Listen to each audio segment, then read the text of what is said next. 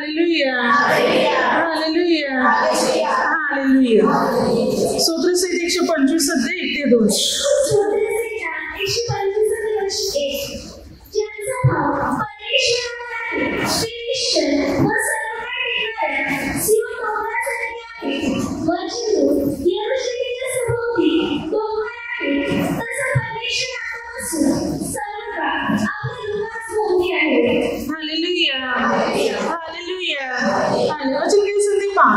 ज्याचा भाव परमेश्वरावर आहे ती निश्चल व सर्व काळ टिकणाऱ्या सियन डोंगरासारखे आहे.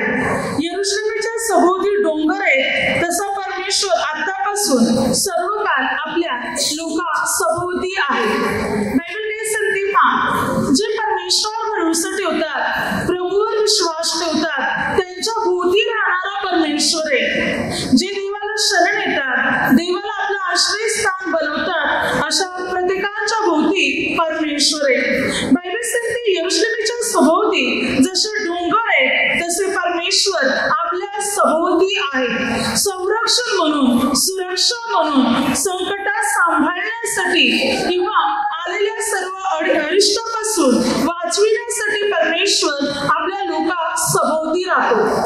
बायबल सांगते यरूशलेमेभोवती जसे डोंगर, बघा यरूशलेमेला संरक्षण देण्यासाठी त्याच्या आजूभोवती पूर्ण डोंगर आहे, डोंगराचा कुंपण आहे, या डोंगराचा कोट आहे यरूशलेमेच्या भोवती आणि यरूशलेम मध्ये आहे. तसं बायबल सांगते की जे लोक देवावर भाव ठेवतात म्हणजे विश्वास, जे लोक देवावर भरोसा ठेवतात अर्थात देवाच्या वचनानुसार, योजनेनुसार चालतात, बायबल सांगते अशा लोकांच्या सभोवती परमेश्वर राहतो.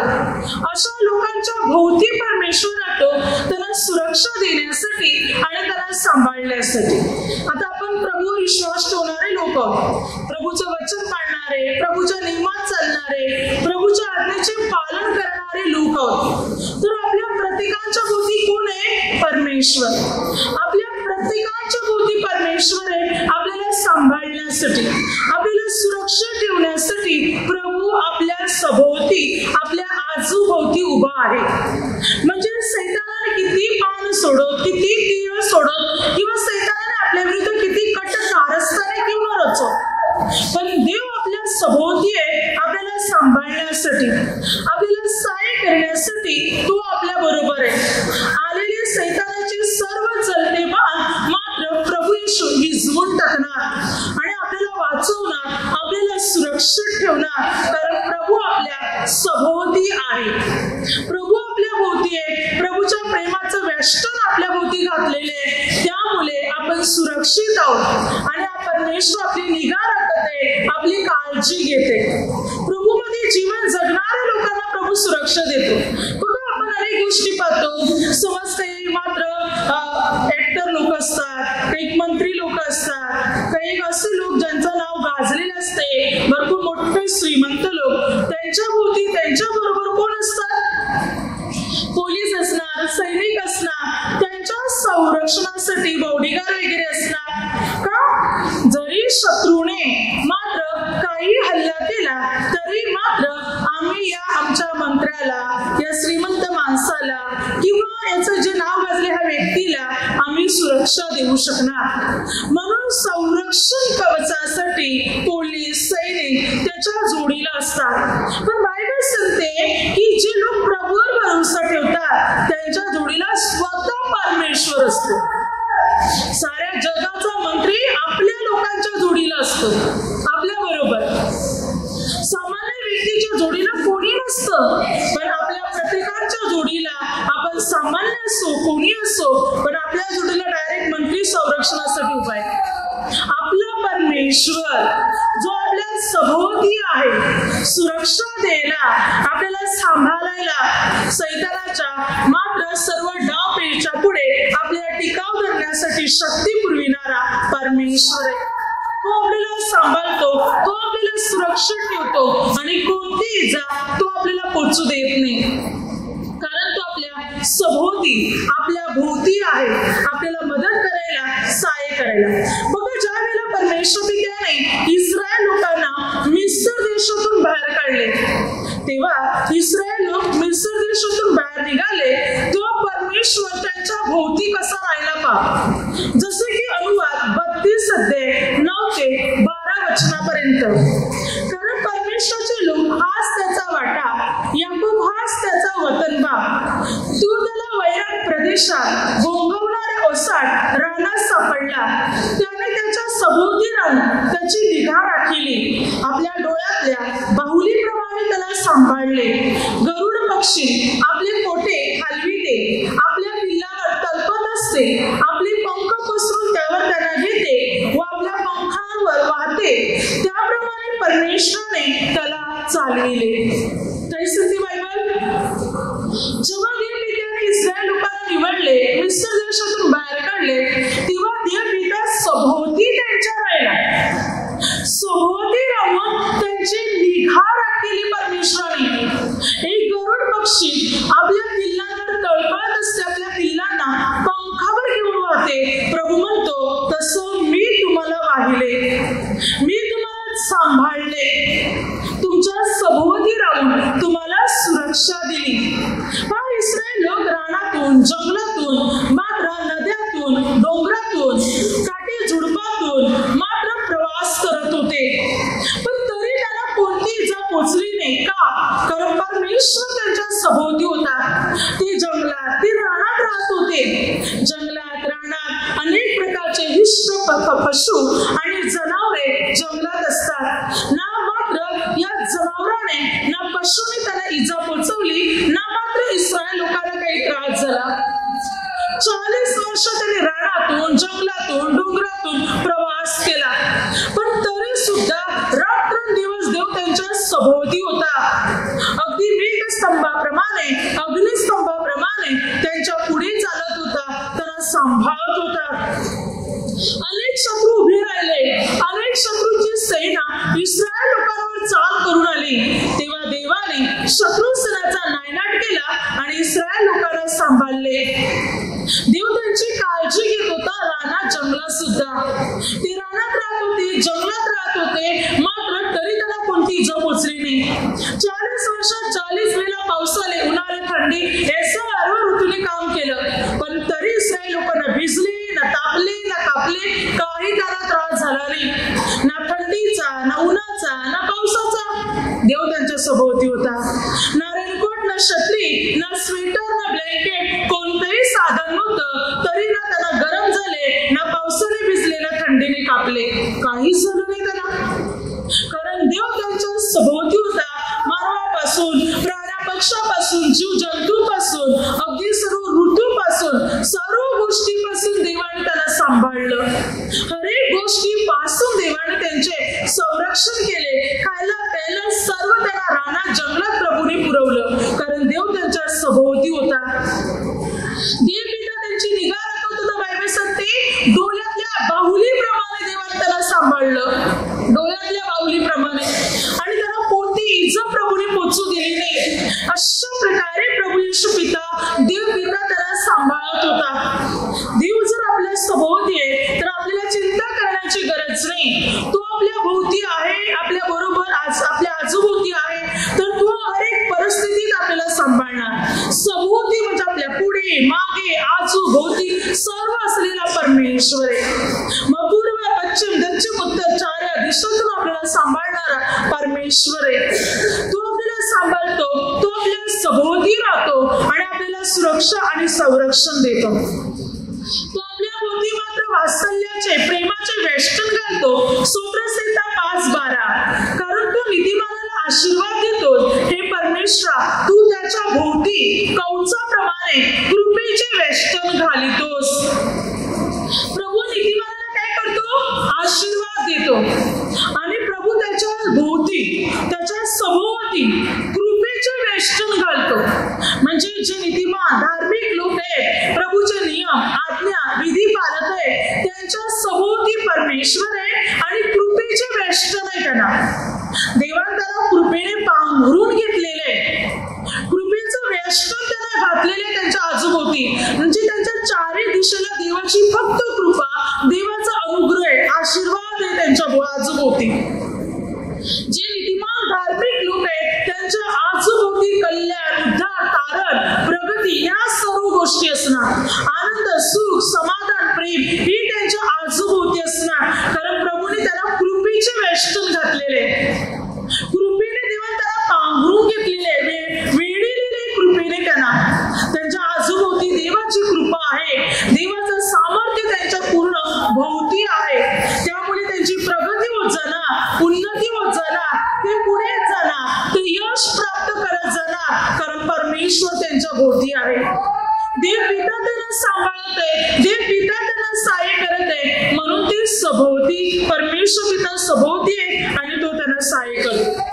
आता आपण प्रभूमध्ये जीवन जगत आहोत तर मग आपल्याला चिंता नसणार, कारण देव आपल्या सभोवती आहे, आपल्याला सांभाळण्यासाठी, आपली काळजी घेण्यासाठी, हर एक परिस्थितीत आपल्याला मात्र सुरक्षित ठेवण्यासाठी प्रभू आपल्या बरोबर, आपल्या आजूभोवती राहणार, कृपेचे तो आपल्याला वेष्टन घालणार आणि आपल्याला अगदी त्याच्या प्रेमात तो आपल्याला पांघरून ठेवणार, त्याच्या प्रेमात, त्याच्या कृपेत मात्र तो आपल्याला बांधून ठेवणार, ज्याद्वारे आपल्याला कोणती इजा मात्र पोचणार नाही, कोणत्याही प्रकारचा त्रास मात्र आपल्याला होणार नाही. अशा प्रकारे प्रभू आपल्याला सांभाळणार. Hallelujah, hallelujah, hallelujah. पुढे वचन काय सांगते पहा, जकरिया पुस्तकामध्ये 2 अध्याय 1 ते 5 वचनापर्यंत. तिकडे मात्र परमेश्वर पिता काय म्हणतो पहा, मी माझ्या लोकांना सांभाळण्यासाठी त्यांच्या सभोवती अग्नीचा पोट बनेन. वचन काय सांगते पहा, मी आपले डोळे वर करून पाहिले, तो पहा एक मनुष्य हातात मापन सूत्र घेऊन उभा आहे. तेव्हा मी विचारले, तू कुठे जात आहेस? तो मला म्हणाला, यरुशलेमीचे माप घेण्यास, म्हणजे त्याची लांबी रुंदी पाहण्यास मी जात आहे. आणि पहा, मजबूरवर भाषण करणारा दिव्य दूत जाऊ लागला, तेव्हा दुसरा दिव्य दूत त्यास भेटाव्यास आला. तो त्यास म्हणाला, धावत जाऊन त्या तरुणास असे सांग, यरुशलेमेत मनुष्य व गुरुढोरे फार झाल्यामुळे भिंती नसलेल्या खेड्याप्रमाणे तिच्यात वस्ती होईल. परमेश्वर म्हणतो, तिच्या सभोवर मी तिला अग्नीचा पोट होईल व तिच्या ठाई मी तेजरूप होईल. प्रभू काय म्हणतो, ही जी यरुशलेम आहे, परमेश्वराने निवडलेलं ठिकाण, ज्याच्यामध्ये प्रभूचे लोक उपस्थित आहेत, राहत. प्रभू म्हणतो की मनुष्य आणि गुरुढोरे भरपूर झालेले आहेत आणि वचन काय सांगते की मात्र त्याला भिंती नाहीत. यरुशलेमेला भिंती नसल्यामुळे खेड्याप्रमाणे तिच्यात वस्ती होईल, खेडे गावाप्रमाणे. आणि त्याला संरक्षण कसं मिळेल? भले तिला भिंती मिळत नाही, पण प्रभू म्हणतो, मी कोट बनेन यरुशलेमेचा, माझ्या लोकांची भिंत मी बनेन आणि मी त्यांच्या सभोवती राहील. अग्नीचा कोट म्हणजे कोणीच आतमध्ये शिरू शकणार नाही. बघा, दगडाची, विटेची भिंत पाडू शकतील, अग्नीची भिंत ना ती पाण्याने पण विझणार ना कशाने विझणार, कारण देव स्वतः अग्नी आहे, जो अग्नी कधी विझत नाही. प्रभू म्हणतो, मी अग्नीचा पोट बनेन, माझ्या लोकांभोवती मी अग्नीचा पोट बनेन, कोणते शत्रू माझ्या लोकांवर चढाई करणार नाही. पुढे प्रभू म्हणतो, आणि यरुशलेमेच्या मध्ये मी तेजरूप होईल, मी त्याला तेज देईन, मी त्याला प्रकाश देईन, मध्ये प्रकाश आणि बाहेरून अग्नीचा पोट बनेन तिच्या सभोवती. प्रभूच्या निवडल्या लोकांना, प्रभूवर प्रेम करणाऱ्या लोकांसाठी प्रभू अग्नीचा पोट बनेल आणि सैतानाचे सर्व बाण विझले जातील, जळून भस्म होतील, नष्ट होतील आणि प्रभूचे लोक सुरक्षित राहतील. आपल्या भोवती प्रभू अग्नीचा पोट म्हणून राहील. त्यामुळे कोणाची ताकद, कोणाची शक्ती आपल्यावर चालणार नाही. अशा प्रकारे प्रभू आपल्याला सांभाळेल. पहा वचन काय सांगते, गणना 23 अध्याय 23 वचनामध्ये वचन सांगते, परमेश्वर पिता म्हणतो की मात्र याकोबावर काही तंत्रमंत्र चालवायचे नाही किंवा त्याच्यावर काही चटको चालवायचे नाही. असं का प्रभूने म्हटलं? वचन काय सांगते, गणना 23:23, याकोबावर काही मंत्र तंत्र चालवायचे नाही, इस्रायलावर काही चटको चालवायचे नाही. यथाकाली याकोब व इस्रायल याच्याविषयी असे म्हणतील, देवाने केवढे कार्य केले. देव असं कार्य करेल की आपल्या लोकांवर तंत्र मंत्र चटकू काही चालू देणार नाही. देवाच्या लोकांवर कोणती विद्या चालणार नाही, कारण प्रभू आपल्या लोकांच्या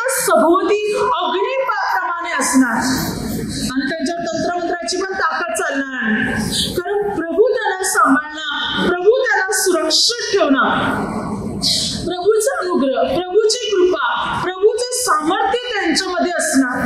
प्रभूच्या अनुग्रहाने, प्रभूच्या सामर्थ्याने मात्र ते पूर्ण रीतीने भरले जाणार.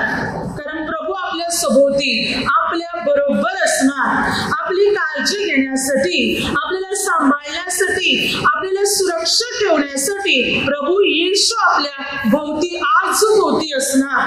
अग्नीचा पोट बनून आपल्या भोवती असणार. जसं की बघा 2 राजे 6 अध्यायामध्ये जेव्हा अरामाचा राजा म्हणत आहे की आपण जेव्हा इस्रायलच्या राजाविरुद्ध आपण कट कारस्थाने रचतो, तेव्हा तो इस्रायलचा राजा सावध होतो. काय आपल्यामध्ये असं कोणीतरी आहे का की तो जाऊन इस्रायलच्या राजाला बातमी कळवतो? कारण हा अरामाचा राजा मात्र इस्रायलच्या राजावर चढाई करून जाण्यासाठी अनेक वेळा कट रचत होता. परंतु ही बातमी अलिशा संदेष्टाला कळायची आणि अलिशा संदेष्टा इस्रायलच्या राजाला सांगायचा, अमुक ठिकाणी अरामाच्या राजाची सेना तोल देऊन आहे, तर तू तिकडे जाऊ नकोस. आणि असं एकदा नाही, दोनदा नाही, अनेक वेळा इस्रायलच्या राजाचा आणि इस्रायलच्या लोकांचा बचाव झाला अलिशा संदेष्टाने त्याला ही बातमी सतत कळवल्यामुळे. तर आता अरामाचा राजा म्हणत आहे की जेव्हा आपण इस्रायलच्या राजाविरुद्ध कट रचतो, त्याच्या विरुद्ध तळ उभारतो, तेव्हा तो सावध होतो. कोण आहे आपल्यातला असा की तो जाऊन त्याला ही बातमी कळवतो? तेव्हा अरामाचे सैनिक म्हणतात, महाराज आपल्यामध्ये असं कोणच मिळत नाही, पण तुम्ही जे झोपायच्या खोलीत बोलता ते अलिशा संदेष्ट ऐकतो. अलिशा संदेष्ट ऐकतो आणि तुमच्या बातम्या तो इस्रायलच्या राजाला कळवतो. तेव्हा अरामाचा राजा म्हणतो की जा आणि मात्र इस्रायलच्या संदेष्टाला म्हणजे अलिशा संदेष्टाला पकडून आणा. अरामाच्या राजाने आपले सैनिक पाठवले मात्र अलिशाला पकडण्यासाठी. अलिशा संदेष्टा कुठे राहते हे माहिती पडल्यानंतर त्याने ते संपूर्ण नगर घेरिले.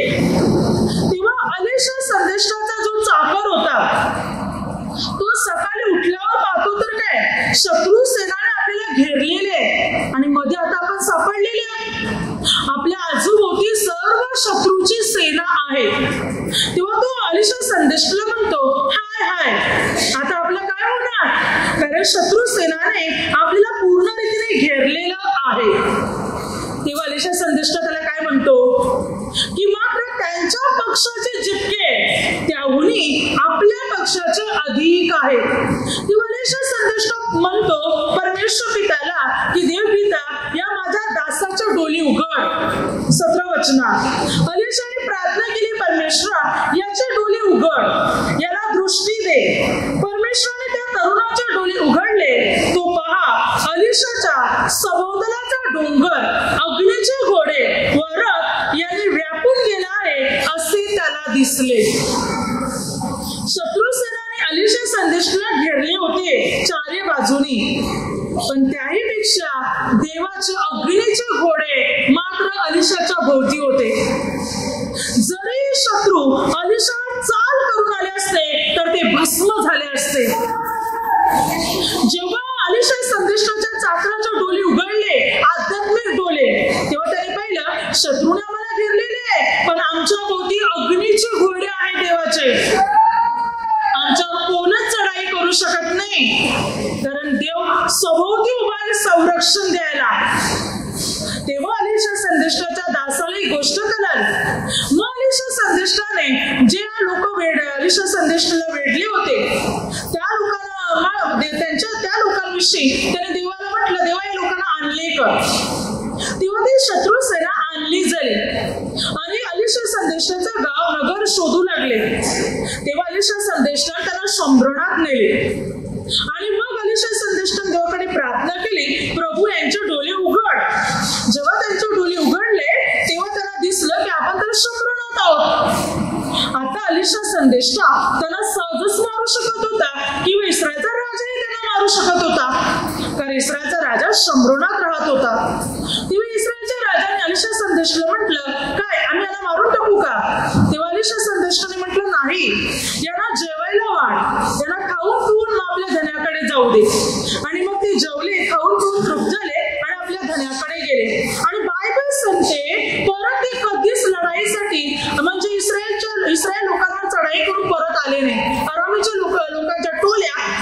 घोड्याने. जे आले होते अलिशा संदेशाला पकडायला, ती पकडू शकलेच नाही. आले रिकाम्या हाताने, गेली रिकाम्या हाताने. कारण देवाच्या अग्नीच्या घोड्यांचा देवाच्या अग्नीचे घोडे मात्र अलिशा संदेशाच्या सभोवती होते. त्याचा पोट होता. त्यामुळे कोणी अलिशा संदेशाला नुकसान देऊ शकले नाहीत किंवा त्याला हातपण लावू शकले नाहीत. अलिशा संदेशाला देवाने अग्नीच्या घोड्याच्या द्वारे संरक्षण दिले. अग्नीच्या घोड्यांचा पोट बनवला अलिशाच्या भोवती. जे प्रभूमध्ये जीवन जगतात त्यांच्या सभोवती परमेश्वर राहणार. त्यांना सुरक्षा द्यायला, त्यांना सांभाळण्यासाठी देव त्यांच्या आजूभोवती असणार आणि येणाऱ्या सर्व संकटापासून प्रभू त्यांचा बचाव करणार. आलेल्या सर्व समस्येतून प्रभू त्यांना वाचविणार. कारण प्रभू आपल्या सभोवती आहे, प्रभू आपल्या आजूभोवती आहे. आणि खरोखर आपण प्रभूचे नियम पाळत आहोत, प्रभूवर भरोसा ठेवत आहोत, तर आपली सर्व बंधने तुटतील, आपल्या सर्व समस्या आपल्या जीवनातून दूर होतील, सर्व संकटे टळली जातील आणि परमेश्वराचा अनुग्रह, प्रभूचा आशीर्वाद आपल्या प्रत्येकाच्या जीवनामध्ये उतरणार. कारण आपल्या आजूभोवती परमेश्वर आहे, आपल्याला सांभाळणारा परमेश्वर आहे, आपल्याला संरक्षण देणारा परमेश्वर पिता आहे, जो आपल्या आजूभोवती राहतो आणि आपल्याला सांभाळतो. कोणती इजा पोचू तो आपल्याला देत नाही. पोट बनतो संरक्षणाचा, अग्नीचा पोट बनतो आणि आपल्या भोवती राहतो, आपल्याला सहाय्य करण्यासाठी आणि आपल्याला सांभाळण्यासाठी. सूत्रसंहिता 3:3 तरी परमेश्वरा, तू माझ्या भोवती कवच आहे, तू माझे गौरव आहेस, तू माझे डोके वर करणारा आहेस. काय सत्यवचन? तरी परमेश्वर तू माझ्या भोवती कवच आहे, कवचाप्रमाणे माझ्या भोवती आहे, सुरक्षा कवच तू माझ्या भोवती आहेस. मला कोणती इजा पोचणार नाही, मला कोणता त्रास होणार नाही, कारण तू माझ्या भोवती कवचाप्रमाणे आहे. कवच आहे प्रभू तुझं माझ्या भोवती, माझ्या आजूभोवती. आणि तू मावाच्या संधी तो पुढे म्हणतो, तू माझे गौरव आणि माझे डोके वर करणार आहेस. तू माझा अपमानाने तू डोके खाली करणार नाही, माझी अप्रतिष्ठा होणार नाही. दावीद म्हणतो, मी सन्मानाने माझं डोकं वर करीन. कारण प्रभू तू कवचाप्रमाणे माझ्या भोवती आहे, तू माझ्यासाठी कवच आहे, संरक्षण कवच. मला सांभाळण्यासाठी, माझ्यावर येणाऱ्या बाणापासून मला सुरक्षा देण्यासाठी तू माझ्यासाठी कवच आहे, सुरक्षा कवच तू माझ्यासाठी. प्रभू आपल्या आजूभोवती आहे आणि तू आपल्याला सांभाळतो. येणाऱ्या सर्व संकटापासून प्रभू आपल्याला सुरक्षित ठेवतो आणि कोणत्याही प्रकारची इजा प्रभू आपल्याला होऊ देत नाही. तर हर एक परिस्थितीत आपल्याला सांभाळणारा परमेश्वर आहे. पुढे यशया 31:5 पक्षी जसे पांखर घालितात तसा सेनाधीश परमेश्वर यरुशलेमेचे रक्षण करील. तो तिचा बचाव करून तिला सोडवील, तिला ओलांडून सलामत राखून मुक्त करील. पक्षी आपल्या पिल्लांवर पांखर घालतात आणि आपल्या पंखाखाली त्यांना एकवट करतात, त्यांना सांभाळतात. तसं प्रभू म्हणतो, मी तुमच्यावर पांखर घालीन, तुम्हाला सुरक्षित ठेवीन, सलामत राखीन, तुम्हाला मुक्त करीन, तुम्हाला काही होऊ देणार नाही. मी तुम्हाला माझ्या जवळ एकवट करीन, माझ्या वेगेत तुम्हाला मात्र मी ठेवीन, तुमच्या आजूभोवती मी असेल, तुम्हाला सलामत ठेवीन, तुम्हाला कोणती इजा पोचू देणार नाही. म्हणून प्रभू म्हणतो. बघा ना, योग हा सात्विक नीतिमान होता, पापापासून दूर राहणारा, देवाचं भय बाळगणारा योग होता. योग 1 आपण पाहतो की पूर्ण प्रामाणिक नीतिमान संपूर्ण भूतलावर युगाच्या तोंडचा कोणी मनुष्य होता. म्हणजे संपूर्ण पृथ्वीमध्ये तो इतका नीतिमान होता की त्याच्यासारखा नीतिमान संपूर्ण पृथ्वीवर कुठे नव्हता. इतका प्रामाणिक, इतका नीतिमान. बायबल ते सांगते युग तर पाप करत नव्हताच, पण दररोज आपल्या मुलांबद्दल तो यज्ञ करीत असे. त्याला वाटत असे कदाचित चुकून माझ्या मुलाने देवाचा अभय केला असेल, म्हणून मुलांबद्दल पण तो देवाला यज्ञ करायचा की देवाने त्याला क्षमा करावी म्हणून. इतका तो पवित्र जीवन जगणारा होता. तेव्हा 8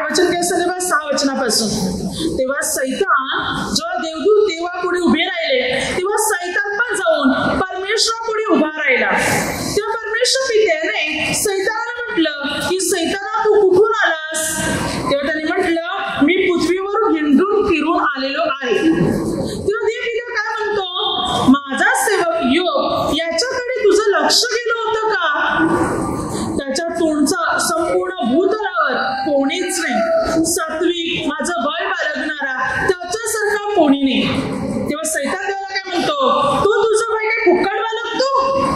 वचन काय सांगते बघा 10 वचनात, तू त्याचे घर व त्याचे सर्वस्व याभोवती तू कुंपण घातली आहे ना, तू त्याच्या हातास यश दिले आहे ना, व देशात त्याचे धन वृद्धी पावत आहे ना.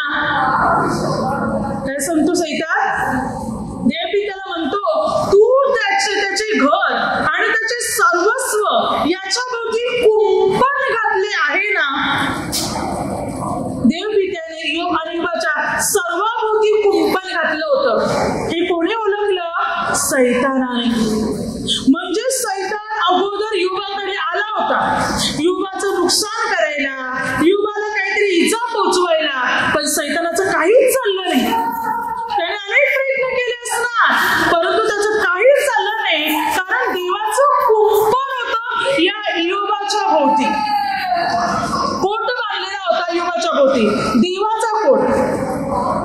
त्यामुळे सैतानाने अनेक प्रयत्न केले होते, पण सैतानाचं मात्र काही चाललं नाही. कारण योग देवाच्या कुंपणामध्ये सुरक्षित होता. म्हणून आता तू देवाला चितविते, तू त्याच्याभोवती कुंपण घातलंय ना, त्याचे धन सर्वस्व वाढत चाललेलं आहे ना, म्हणून तो तुझा भय बाळगतो, फुकट उडत बाळगतो. तू त्याच्या सर्वस्वाला हात तर लावून पहा, तू उंडाळतो तुझा वेर करील. हालेलुया. त्या प्रभू म्हणतो जा, मी कुंपण काढतो, जा त्याचं सर्वस्व तुझ्या हाती देतो, तुला हवं ते कर. देवाला माहिती होतं की युगाच्या जीवनात किती संकट आले तर योग मला सोडणार नाही. तेव्हा सैतानाच्या हातात योग परमेश्वराने युगाचं सर्व धन दिलं. सैतानाने जेव्हा देवाने कुंपण काढलं तेव्हा सैतानाची ताकद चालली, तोपर्यंत सैतानाची ताकद पण चालली नव्हती. मग सैतानाने युगाच्या संपूर्ण संपत्तीचा नाश केला. मग युगाचे 10 मुलं मरण पावली, सर्वस्व गेलं युगाचं. तर युगाने म्हटलं देवाने दिलं, देवाने नेलं, धन्य परमेश्वराचं नाव. त्यांनी देवाला धन्यवाद दिलं, काही देवाने दोषच लावला नाही. परत जाऊन सैतान देवापुढे उभा राहिला. देव पित्याने सैतानाला म्हटलं की विनाकारण तुम्हाला चितविलं युगाच्या सर्वस्वचा नाश करायला. 2 अध्यायामध्ये 2 अध्याय. तेव्हा मात्र सैतान प्रभूला म्हणतो की मनुष्य आपल्या देहासाठी शरीरासाठी सर्व देव, तू त्याच्या देहाला हात तर लावून पहा. प्रभू म्हणतो जा, त्याचं शरीर तुझ्या हाती देतो, त्याची प्राणहानी करू नकोस. सैतान येतो, युगाचे संपूर्ण शरीर गलवाने पीडित करतो. डोक्यापासून पायापर्यंत, नखापर्यंत, पायाच्या नखापर्यंत संपूर्ण शरीर गलवाने भरतो. तरी योग देवाला धन्यवाद देतो. योगाला भरपूर त्रास होतो, तो धुली राखेत बसतो, खापरीने आपलं अंग खाजवतो, त्याची बायकोही त्याचा साथ सोडते आणि म्हणते मरून जा. पण तरी योग काही पाप करत नाही आपल्या वाचन. सैतानाने एवढी परीक्षा घेऊन सुद्धा युगाने काही पाप केलं नाही. पुढे जाऊन युगाच्या मित्राने युगाला दोषारोप केला. युगाचे जे दास होते ते युगाला तुच्छ मानू लागले. त्याच्या नगरातले, गावातले, अगदी मोठी छोटी लहान मुलं सुद्धा त्याची थट्टा करू लागले. त्याच्या अपत्य, त्याचे नातेवाईक त्याच्या विरुद्ध उठले. सर्वांनी त्याला सोडिले. त्याचं शरीर मात्र मातीच्या ढेकल्याने भरले. त्याची त्वचा आणखीन मात्र, शरीराची जी त्वचा आहे ती आणखीन सडत गेली, आणखीन जखमा फाटत गेल्या. त्याला भरपूर त्रास होऊ लागला. मात्र रात्र कधी निघून जाईल, दिवस कधी संपेल याची तो वाट पाहायचा. अगदी एक वेळ त्याला जणू काही महिना वर्षासारखी वाटत होती. इतका त्रास त्याला जाणवत होता, तरी त्याने देवाला धन्यवाद दिला. परंतु सरतेशेवटी युगाचा गौरव झाला. देव पित्याने युगाला दर्शन दिले. 42 अध्याय. आणि देव पित्याने युगाला बरे केले, त्याचं गेलेलं दुप्पट त्याला परत केले. 42 अध्याय 12 ते 17. गेलेलं ते दुप्पट त्याचं त्याला परत मिळालं, डब्बल धन मिळालं. परत 7 मुलगी, 3 मुली, 10 मुलं झाली. 140 वर्ष आयुष्यही वाढवलं. आता परत देवाने कुंपण घातलं. आता एक कुंपण कधीच तुटलं जाऊ शकत नव्हतं. अशा प्रकारचा अनुग्रह देवाने योगाला दिला. तर योग पूर्ण देवाच्या नियमाचे पालन करत होता. इतकी परीक्षा होऊन सुद्धा योगाच्या विश्वासाचा नाश झाला नाही. जोपर्यंत देवाने कुंपण घातलं होतं, सैतान तोपर्यंत स्वतःची इच्छेने काहीच करू शकत होता. देवाने परवानगी दिली तेव्हा सैतानाने हात घातला. म्हणजे जर देवाने आपल्याला कुंपण घातलेलं आहे, सैतानाने किती प्रयत्न करो तरी तो काहीच करू शकत नाही जोपर्यंत देवाची परवानगी मिळत नाही. हालेलुया.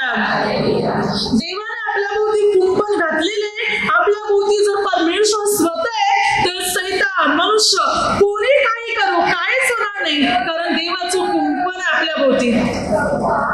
सैतानाला सुद्धा देवाकडून परवानगी घ्यावी लागते, तर मनुष्य काय करणार? म्हणजे आपण देवाचे नियम पाळत आहोत, आपण देवाच्या आज्ञा पाळत आहोत, तर कोणाचं आपल्याला काही चालणार नाही. आपल्याला सांभाळणारा, आपल्याला सुरक्षित ठेवणारा परमेश्वर आहे. हर एक संकटातून, हर एक समस्यातून आपला बचाव करणारा परमेश्वर आहे, जो आपल्या आजूभोवती असतो, आपल्या सभोवती असतो, आपल्याला अनुग्रह देतो, आपल्याला आशीर्वाद देतो, आपली उन्नती आणि आपली प्रगती करतो. तो म्हणजे परमेश्वर पिता, जो आपल्या आजूभोवती राहतो आणि आपल्याला सहाय्य करतो, आपल्याला मदत करतो. परमेश्वर पिता. म्हणून बायबल सांगते स्तोत्रसंहिता 32:10, परमेश्वर भाव ठेवणाऱ्या भोवती वात्सल्याचे वेष्टन असते. काय सांगते बायबल? परमेश्वर विश्वास ठेवणाऱ्या व्यक्तीच्या भोवती वात्सल्याचे वेष्टन, देवाच्या प्रेमाचे वेष्टन असते. देवाचं प्रेम आपल्या आजूभोवती असणार, त्यामुळे आपण आनंदित असणार, शांतीत असणार, समाधानात, यशात, उन्नतीत, प्रगतीत असणार. देवाच्या वात्सल्याचे वेष्टन आपल्या सभोवती असणार, प्रेमाचं वेष्टन. देवाच्या प्रेमात आपण पांघरलेले असणार, देवाचं प्रेम आपल्या आजूभोवती असणार. त्यामुळे आपल्याला सांभाळणारा प्रभू आहे, तो त्याच्या प्रेमाने आपल्याला सांभाळणार. एक आई पण आपल्या लहान बालकाला कशा प्रकारे वेष्टन देते, सांभाळते, काळजी घेते. ती नेहमी आपल्या लहान बालकाला आपल्या वेंगेत पकडते, सुरक्षित ठेवते. ती त्या बाळाला कोणती इजा पोहोचू नये म्हणून ती मात्र त्याला सांभाळण्याचा प्रयत्न करते. उदाहरणार्थ ती उन्हातून जाते तर त्या बाळाला ऊन लागू नये म्हणून त्या पद्धतीने त्या बाळाला ती सांभाळण्याचा प्रयत्न करेल. ती निदान आपल्या साडीचा पदार्थ त्या बाळाच्या अंगावर घेईल, त्याला ऊन लागू नये म्हणून. थंडीचे दिवस आहे, थंडीतून जाते, ती त्या बाळाला आपल्या वेंगेत घट्ट पकडेल, आपल्या साडीच्या पदरात ती त्याला झाकेल की त्याला अधिक थंडी लागू नये. पाऊस पडत आहे तर शक्यता स्वतः भिजेल पण आपल्या बाळाला ती सांभाळेल. हर एक परिस्थिती, शक्यता ती आपल्या बाळाला सांभाळण्याचा प्रयत्न करते. मच्छराने चावू नये म्हणून ती त्याला आपल्या वेंगेत घेते. ही आई ज्या प्रकारे आपल्या लहान बालकाला सुरक्षा देते, प्रेम करते, त्याला सांभाळते, त्याच्या कितीतरी पटीने परमेश्वर आपल्याला सुरक्षा देतो. तो आपल्या आजूभोवती असतो, आपल्याला सांभाळण्यासाठी, आपली काळजी घेण्यासाठी. तो आपल्या भोवती राहतो आणि आपल्याला सुरक्षा देतो. Hallelujah, hallelujah.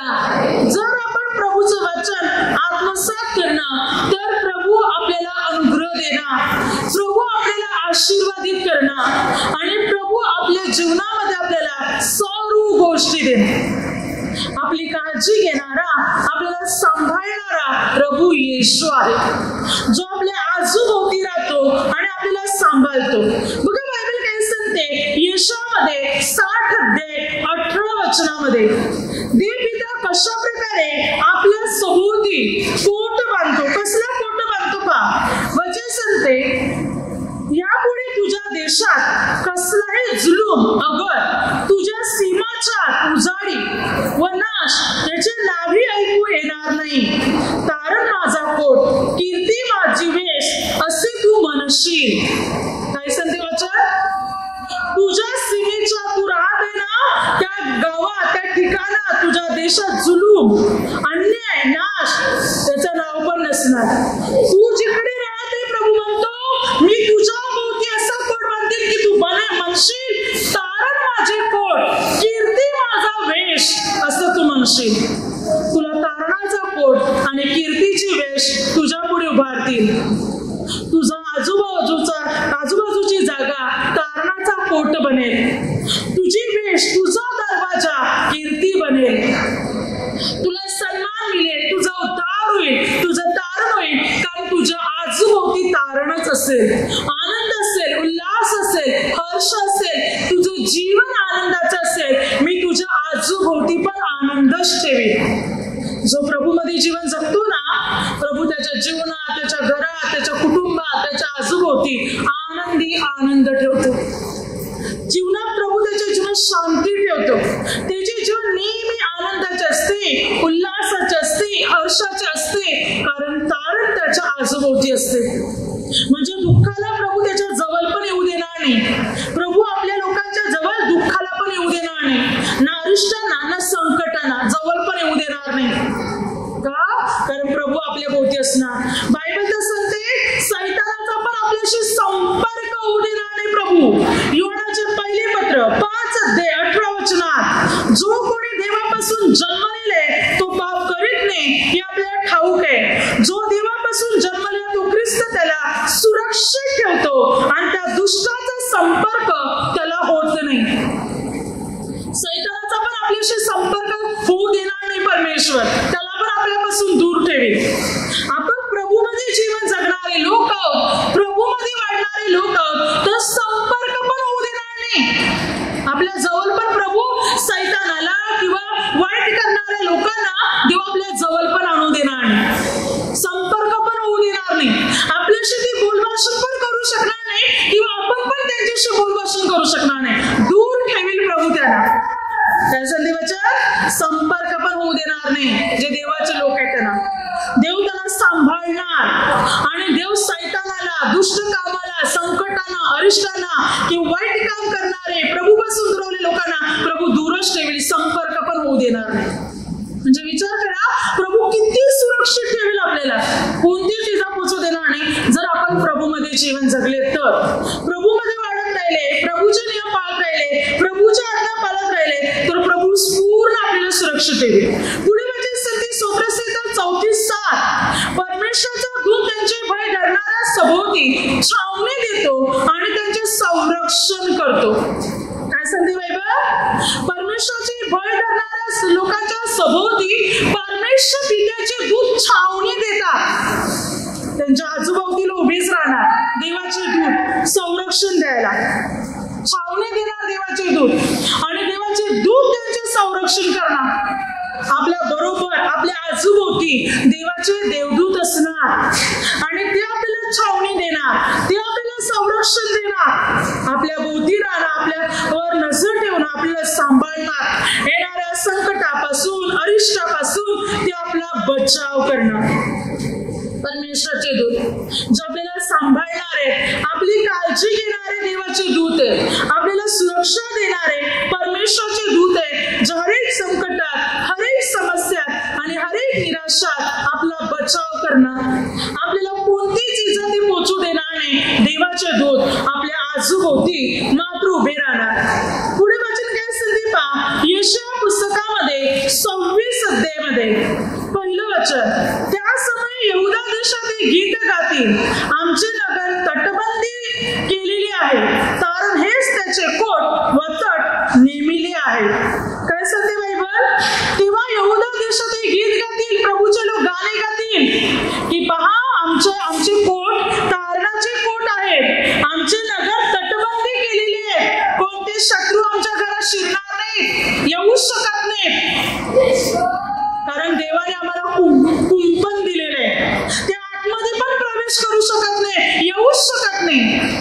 जे देवापासून नाही ते आतमध्ये घरात पण येऊ शकत नाही प्रवेश करू शकत. बायबल सांगते तटबंदी केलेलं आमचं नगर आहे, देवाने तारणाचा कोट आमच्या बाजूला घातलेला आहे, कोणता शत्रू आतमध्ये पण येऊ शकत नाही किंवा देवाच्या विरोधी असलेला व्यक्तीही आतमध्ये प्रवेश करू शकत नाही. कारण आमचं नगर देवाने तटबंदी करून ठेवलंय, पूर्ण उभारून बांधून ठेवलेलं आहे सुरक्षा देऊन. तटाचं तटबंदी कोट बांधल्यात आमच्या घराच्या भोवती, आमच्या नगराच्या भोवती, कोणी आतमध्ये येऊ नये म्हणून. Hallelujah, hallelujah. म्हणजे देव आपल्या भोवती कोट बांधतो की कोणाला आपल्यामध्ये शिरता पण येऊ नये. जे देवाचे नियम पाळतात, देवाच्या आज्ञा पाळतात, त्यांच्या आजूभोवतीला पण देव कोणाला आणू देणार नाही. तर परमेश्वर त्यांचा सांभाळ करेल, परमेश्वर त्यांना सुरक्षित ठेवेल. येणाऱ्या सर्व संकटापासून, येणाऱ्या सर्व समस्यापासून प्रभू त्यांना सांभाळेल. पुढे जकरिया 9